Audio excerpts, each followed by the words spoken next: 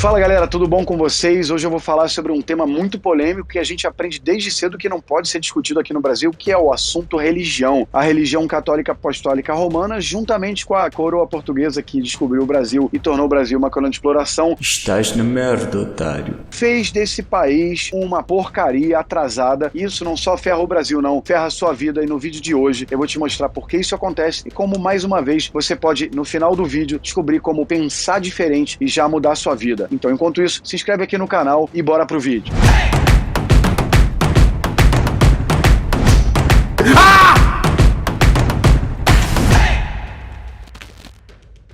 Para começar então esse vídeo, vamos falar um pouquinho sobre história. O Brasil foi descoberto no dia 22 de abril de 1500, como você bem sabe, por Pedro Álvares Cabral, e foram expedições que vieram a descobrir também o Novo Mundo, né, que é toda a América Latina, os países aqui que a gente conhece hoje em dia como Argentina, Peru, Chile, etc e tal, e também os Estados Unidos, que foi descoberto por Cristóvão Colombo. Quer dizer, ele não descobriu exatamente os Estados Unidos, que foi descoberto em 1492, mas ele descobriu ali a região no Caribe, e foram todos patrocinadas pela Igreja Católica Apostólica Romana, dando grana para Portugal e Espanha. Claro, teve também grana da coroa portuguesa e da coroa espanhola, no objetivo de descobrir uma nova rota, né, para a Ásia, para as especiarias, que a gente já sabe que acabou chegando aqui no Brasil. Só que olha que interessante, é uma análise bem rápida que no final vai parecer um papo de história, mas você vai entender como isso fode a sua vida e fode os seus negócios e fode a forma como você atua hoje em dia no seu dia a dia. Então é importante que você preste atenção, tá? O que acontece em 1517, apenas 17 anos depois que essas expedições descobrem aqui o Brasil, e um pouco antes os Estados Unidos, simplesmente estava havendo um movimento protestante na Europa. O que era o movimento protestante basicamente na Europa, que foi iniciado por Calvin Luther, né? Calvin Luther, né?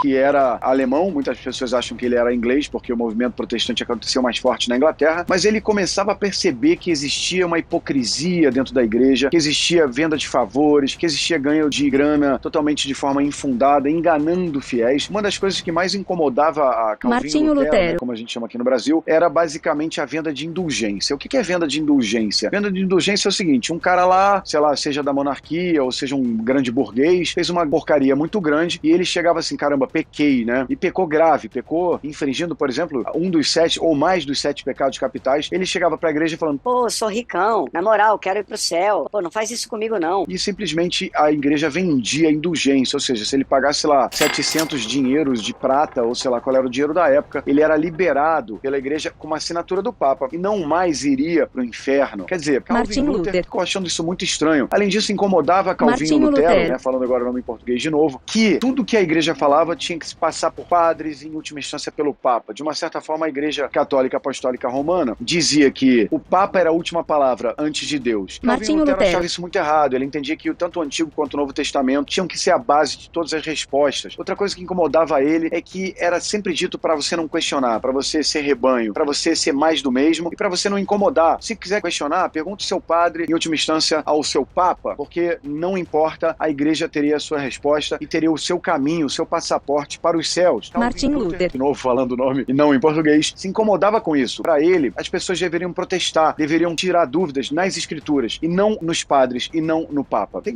muito mais explicações sobre o movimento protestante, mas a gente não se interessa agora por essas filigranas e detalhes. O que nos interessa é que, basicamente, em 1517, poucos anos depois do descobrimento do Brasil, o movimento protestante se consolida, fica mais forte, começa a ficar cada vez mais poderoso, junto com a invenção da prensa, ou seja, eles começaram a conseguir também imprimir Bíblias em várias línguas. Outra coisa que incomodava Martin Lutero é que as Bíblias eram só publicadas em latim, ou se não me engano, em grego.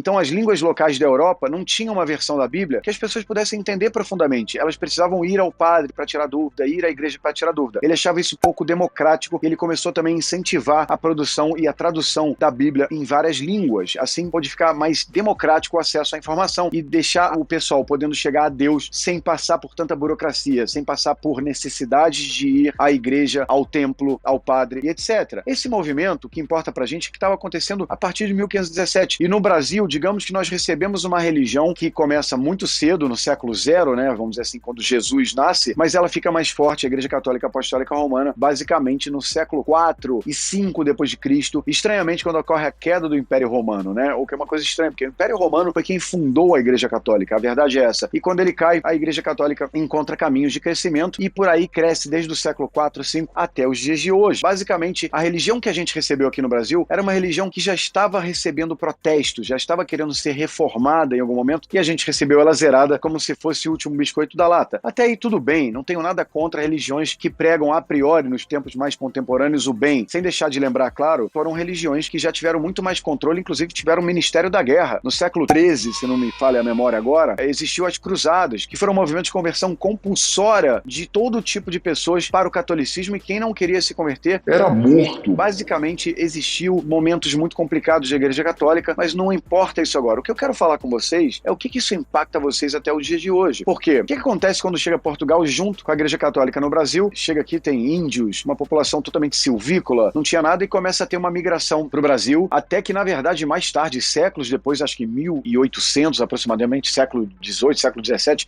Dane-se. depois dá um Google se você quiser saber detalhes da data, porque eu não me preocupo com isso, eu me preocupo com a informação que eu te passo, não com a data para você decorar e cair na prova, porque não me interessa isso aqui. A coroa portuguesa vem fugida de Portugal por causa da invasão de Napoleão, eles vêm para o Brasil, passam a morar aqui. Nesse período todo, até a chegada de 1500 até 1800 e tal, até a chegada da coroa portuguesa no Brasil, eles não têm interesse que o povo brasileiro tenha conhecimento, tanto que eles proíbem a existência de estudos de terceiro grau, ou seja, faculdades nesse país, tanto que toda a cultura a ser dada para esse povo era para tornar o povo passivo, não revolucionário, não irado, não beligerante, não brigante com quem estava o dominando. Por que a eles interessava isso? Porque, claro que é muito mais fácil para uma coroa portuguesa, para um governo português, controlar um país que é ensinado desde o berço a ser passivo, a esperar que tudo vai cair do céu, a acreditar piamente que eles não precisam fazer nada a não ser esperar que o governo e que Deus vai prover para eles. Aham, Cláudia, senta lá. Isso torna o Brasil um país muito passivo, um país muito medroso, um país muito secundário e um país muito extrativado, né? Eu tô falando português errado, mas assim, Brasil, fica quietinho aí, enquanto a gente vai extrair todo o minério, riquezas, todo o pau-brasil que a gente puder, inclusive o nome do nosso país está associado ao extrativismo. O nome do Brasil está associado ao pau-brasil, que era esse pau que eles retiravam daqui e extraíam talvez um pigmento vermelho para tingir roupas em Portugal. Quer dizer, o nome do nosso país já nasce basicamente como você é um país que vai ser sugado, usado. Não me interessa que você como povo seja muito proativo, não me interessa que você como povo seja muito estudado, me interessa que vocês fiquem bem quietinhos e calados para que a gente possa usurpar, usufruir, pegar tudo que a gente quiser de vocês e vocês vão ficando quietinho. Essa é a cultura onde nasce o nosso país. É uma cultura que ensina você aí, desde os seus tataravós ou sei lá quem, a ser quietinho, não incomodar. E quais são as ferramentas, tanto da coroa quanto da igreja, para fazer com que você fique quietinho e não incomode? Basicamente,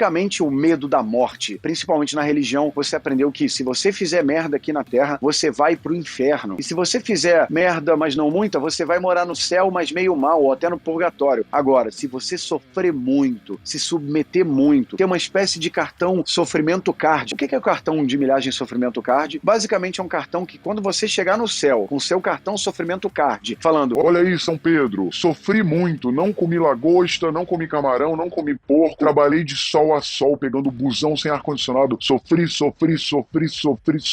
não tive prazeres, não comi bem, não viajei, não tive dinheiro, e agora? Cheguei no céu. E a mensagem que é dada pra você é: quanto mais fudido aqui na Terra, quanto mais sofrido, mais penitente, mais culpado, mais com medo, melhor você morará no céu, numa nuvem tipo um Alphaville, com cobertura, vista para as estrelas e terá alimentos deliciosos até a sua morte. Só que isso é uma grande de uma mentirada. Você vê que no Brasil hoje em dia as pessoas se reúnem muitas vezes, você vê um grupo de pessoas assim conversando, parece que é uma competição para quem sofre mais. Pô, e aí, você tá bem, né? Você montou uma empresa, né? Não, é muito difícil. Não, os impostos são muito difíceis. Os contadores não entendem nada. O imposto no Brasil é uma loucura. A empresa até que está indo bem, mas é muito sofrimento, muito processo trabalhista. Sabe, as pessoas no Brasil parece que estão competindo para ver quem sofre mais, para quem chegar no céu mais sofrido vai se dar melhor. Isso não é só a única ferramenta, não. Outras ferramentas, e não à toa, os 7 pecados capitais que eu usei muito e é a base do Sexy nesse canvas são estruturas que dizem para você, o resumo é o seguinte: eu quero você trabalhando muito, muito e muito, nada de preguiça, de sol a sol, trabalhe, trabalhe, trabalhe. Trabalhar é uma necessidade, uma obrigação muito triste, o sofrimento vai te levar a Deus. Aliás, uma das coisas que Calvino, Lutero e os demais protestantes reeditaram no conceito, que começaram a colocar o trabalho como uma maneira de chegar a Deus, como se fosse uma oração. Trabalho enobrece, trabalho é bom, trabalho não é só uma penitência para você sofrer o máximo possível para poder chegar a Deus. Essa é uma das origens do protestantismo, que faz com que países protestantes como Estados Unidos, Alemanha, Austrália, Inglaterra, e eu sempre esqueço alguns nessa hora, são países que deram certo porque adotaram a fé protestante, que adotaram o que no livro do Max Weber, que ele fala da fé protestante, que é a base do capitalismo. Você começa a entender que no Brasil, essa fé muito temente, muito culpada, muito pouco protagonista e que coloca todo mundo no mesmo patamar, nunca vai ser compatível com o nosso sistema socioeconômico, que é o capitalismo. Eu não estou falando aqui para você ficar rico e cagar para os pobres e pisar na cabeça dos outros. Nem 8, nem 80, galera. Mas o fato é que o Brasil é uma esquizofrenia social entre um conceito de socioeconômico de capitalismo e um conceito religioso de catolicismo, do católico apostólico romano. Continuando aqui os 7 pecados. Se teu busão não tem ar-condicionado e você está no sol do Rio de Janeiro, por exemplo, você não pode reclamar. Quem reclama é quem tem inveja de quem está melhor que você e quem tem ira. Não pode reclamar. Você tem que se manter no mesmo lugar que você. Ter inveja e ter ira é um pecado. E eu não quero você tendo prazer nenhum de ficar comendo bem, curtindo a vida, viajando, transando. Estamos falando aí de gula e luxúria, tá, galera? Eu não quero você se achando melhor que ninguém. Que aí chega num ponto importante, que é dos 7 pecados, o pecado da vaidade, que é outra ferramenta da Igreja Católica para te ensinar que, preste atenção, você aí que está me assistindo, você não pode ser melhor que ninguém. Na verdade, você tem que ser igual ou pior que todo mundo. Porque aqui ninguém é melhor que ninguém, todo mundo é igual. E se você se achar melhor que alguém, ou até estudar para isso, ralar para isso, mesmo que você faça uma faculdade ou vire várias noites estudando para ser melhor que alguém, você não pode ser melhor que alguém, muito menos falar que você é melhor que alguém. Quando que um país cujos cidadãos são ensinados a serem não protagonistas, esperarem tudo cair do céu, você não pode ser melhor que ninguém ou nem prover serviços de alta qualidade. Por quê? Você não pode ser melhor que ninguém. Se você for melhor que alguém, você vai pro inferno. Os 7 pecados capitais não te dão uma penitência de 5 Aves Marias e 2 Pai Nossos para você rezar e tá tudo certo. Os 7 pecados capitais, eles significam a sua ida sem escalas pro inferno. Não dá pro Brasil continuar a ser desse jeito. A gente vai continuar andando de lado mais e mais anos. Não vai funcionar se a gente não entender que ou a gente cancela a religião principal desse país, ou a gente coloca ela num lugar de liturgia. Cerimônias de casamento, para uma situação que você perde um ente querido, é bom ter um contato com alguma religião que te dê algum conforto naquele momento, mas para o dia a dia, para te ensinar a ser de um jeito perdedor, para te ensinar a ser pior ou igual a todo mundo, para te ensinar a ser mais do mesmo, não vai funcionar nem para o Brasil como uma pátria capitalista, que é assim que nós somos, e nem para sua vida pessoal, porque você entendeu que essa pessoa penitente, triste, culpada, que só está esperando morrer para ir para o céu e não ir para o inferno, é a pessoa que não vai ser de verdade amada, não vai ser chamada para resenha, não é uma pessoa interessante, que faz transformação, que pega sua vida no cabresto e toca ela do jeito que você quer, com um pouco de egoísmo sim, mas não um egoísmo ruim. A palavra egoísmo é outro ensinamento muito errado que foi nos dado pela Igreja Católica, dizendo que todo egoísmo é errado, você tem que sempre fazer pelos outros, você tem que dar outra face pro inimigo, você tem que esperar todo mundo ter para você ter, pelo amor do universo. Não é para ser assim. O Brasil e demais pátrias católicas, apostólicas, romanas, que continuam eternamente meio na linha da pobreza, meio andando de lado, tem que entender que já deu religião, agora a gente tem que trabalhar mais a ciência, muita espiritualidade, nada contra a espiritualidade. O problema são as religiões que foram controladas por humanos para deixar você numa situação de merda, para você acordar todo dia achando que tá sendo culpado de estar sendo melhor que alguém e faz tudo pelos outros e esquece de você. Esse era o papo de hoje, que eu quero que você pense. Não fica com raiva de mim se eu ferir alguma coisa sua aí. Ah, ele tá falando mal da minha religião. Não tô falando mal da religião. Estou fazendo uma análise antropológica para que você pense junto comigo e tire as suas próprias conclusões. Se você curtiu esse papo, se inscreve no canal, coloca seu comentário, pode ser me xingando, eu leio todos, e dá like e faz a porra toda. Tamo junto, é só o começo.